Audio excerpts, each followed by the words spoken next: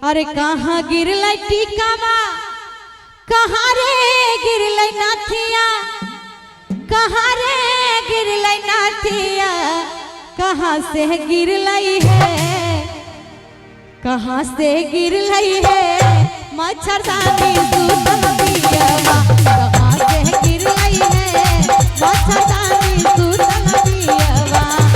कहाँ गिरलै टिकावा, कहाँ रे गिरलै नाथिया, कहाँ रे गिरलै नाथिया, कहाँ से गिरलै है, कहाँ से गिरलै है मच्छरदानी सूतल पियवा, कहाँ से गिरलै है मच्छरदानी सूतल पियवा।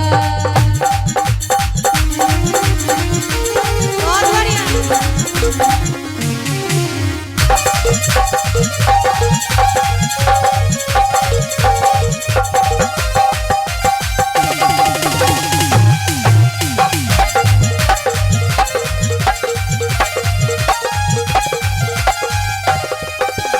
अंगना गिरलै टिकावा, ओ सारे गिरलै नाथिया।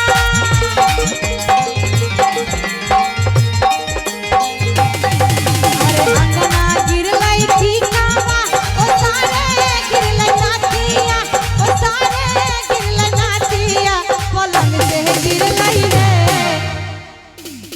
यूट्यूब के माध्यम से हमरा आवाज में सुनने छी और बहुत प्यारा आशीर्वाद से हो भेटल है गीत के।